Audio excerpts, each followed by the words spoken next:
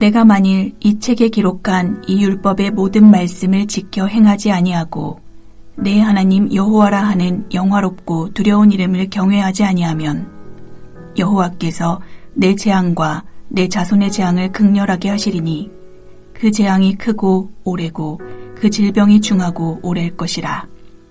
여호와께서 내가 두려워하던 애굽의 모든 질병을 내게로 가져다가 내 몸에 들러붙게 하실 것이며 또 이 율법책에 기록하지 아니한 모든 질병과 모든 재앙을 내가 멸망하기까지 여호와께서 내게 내리실 것이니 너희가 하늘의 별같이 많을지라도 내 하나님 여호와의 말씀을 청종하지 아니하므로 남는 자가 얼마 되지 못할 것이라.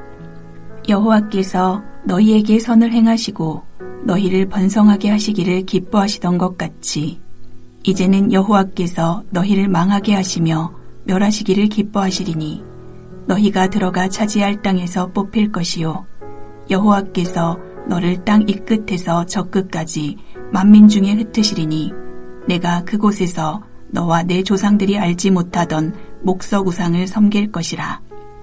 그 여러 민족 중에서 내가 평안함을 얻지 못하며 내 발바닥이 쉴 곳도 얻지 못하고 여호와께서 거기에서 내 마음을 떨게 하고 눈을 쇠하게 하고 정신을 산란하게 하시리니 내 생명이 위험에 처하고 주야로 두려워하며 내 생명을 확신할 수 없을 것이라. 내 마음의 두려움과 눈이 보는 것으로 말미암아 아침에는 이르기를 아하 저녁이 되었으면 좋겠다 할 것이요 저녁에는 이르기를 아하 아침이 되었으면 좋겠다 하리라. 여호와께서 너를 배에 싣고 전에 내게 말씀하여 이르시기를 내가 다시는 그 길을 보지 아니하리라 하시던 그 길로 너를 애굽으로 끌어가실 것이라. 거기서 너희가 너희 몸을 적군에게 남녀 종으로 팔려 하나 너희를 살 자가 없으리라.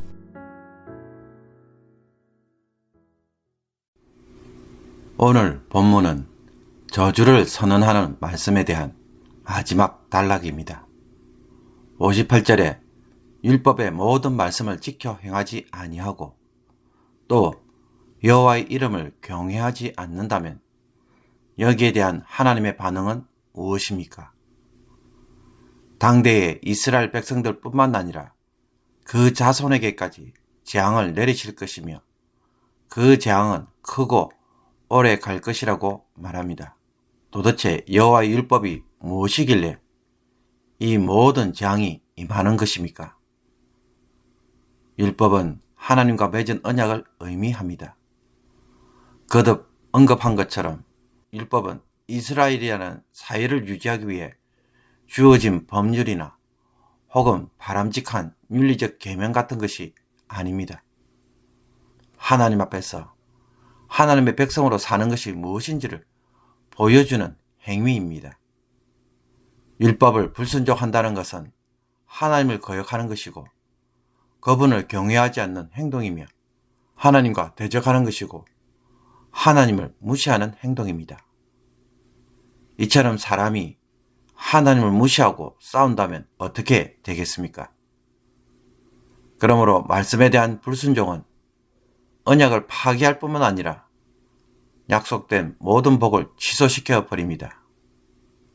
이것만으로 끝날까요? 아닙니다. 과거 이스라엘이 출애굽하기 전에 이집트에서 내렸던 모든 질병을 그들에게도 내리심으로 구원받기 전에 상황으로 돌아가게 하며 재앙의 대상이었던 이집트와 똑같은 처지에 놓이게 될 것입니다.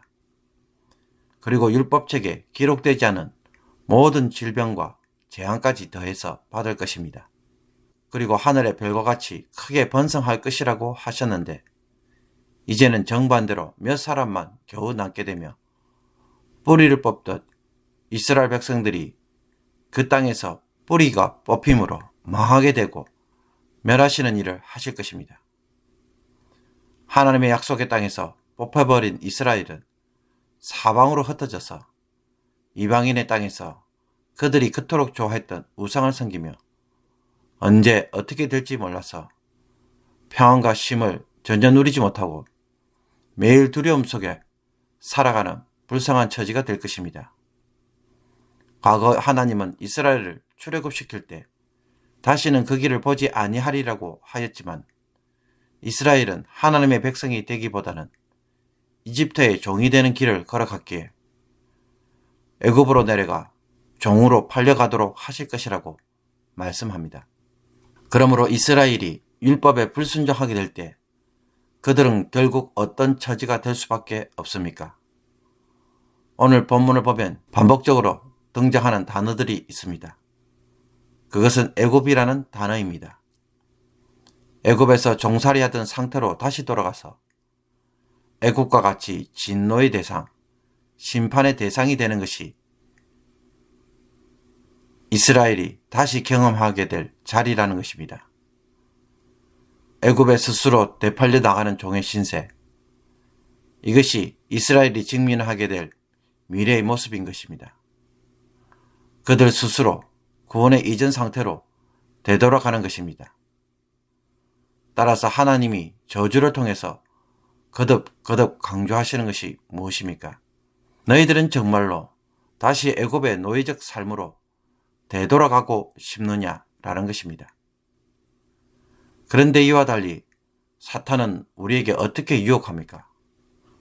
내가 원하는 대로 살면 지금보다 더 행복하게 살아갈 수 있을지 몰라.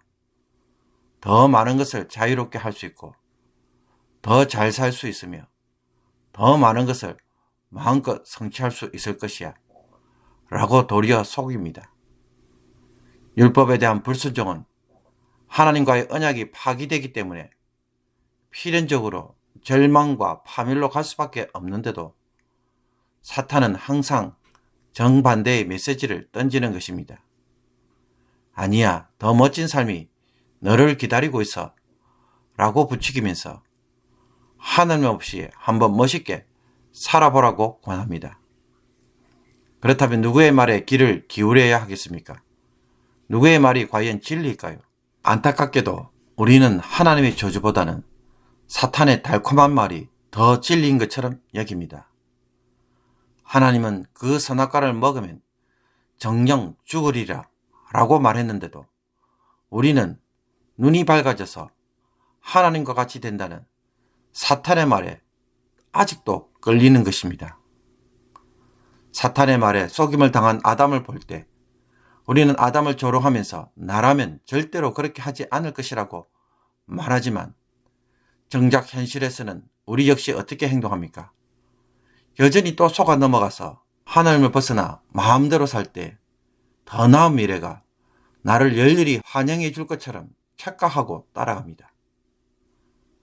우리가 사사기를 읽고 묵상해보면 무엇을 명확하게 알게 됩니까? 그때에 이스라엘에 왕이 없으므로 사람이 각기 자기의 소견에 옳은 대로 행하였더라.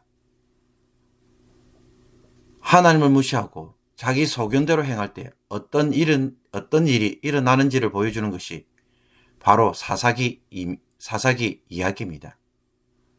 사사기는 그야말로 이스라엘의 암흑기 시대이고 죄로 인해 끊임없이 악순환이 반복되는 것을 보여줍니다. 그러므로 오늘 말씀을 묵상할 때에 성령님께서 우리에게 도전하시는 것이 무엇이겠습니까? 사탄의 말이 진리가 아니라 하나님의 말씀이 진리임을 무엇보다 확신하고 여기에서 살아갈 것을 요구합니다. 하나님의 말씀을 듣기를 거절한 백성은 애굽의 노예적 삶으로 돌아갈 수밖에 없다는 경고의 말씀에 먼저 귀를 기울이라는 것입니다. 하나님의 말씀에 대한 불순종은 법을 안 지키고 계명을 단순히 어긴 문제가 아니라 관계를 파괴시키는 것이기에 그에 따른 보응이 있을 수밖에 없습니다. 그런데도 더 좋은 삶의 결과가 우리를 반겨 맞아줄 것이라는 사탄의 말은 이제는 관심조차 가져지지 말아야 할 메시지라는 것입니다. 그러니 순종해서 답을 찾고 순종해서 복을 누리고 순종해서 은혜와 능력이 있음을 강력하게 확신할 때에 하나님이 나의 하나님, 언약의 하나님으로 찾아와서 복으로 응답하실 것입니다.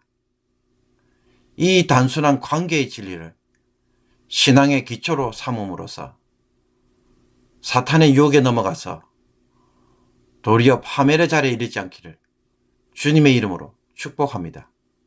기도드리겠습니다.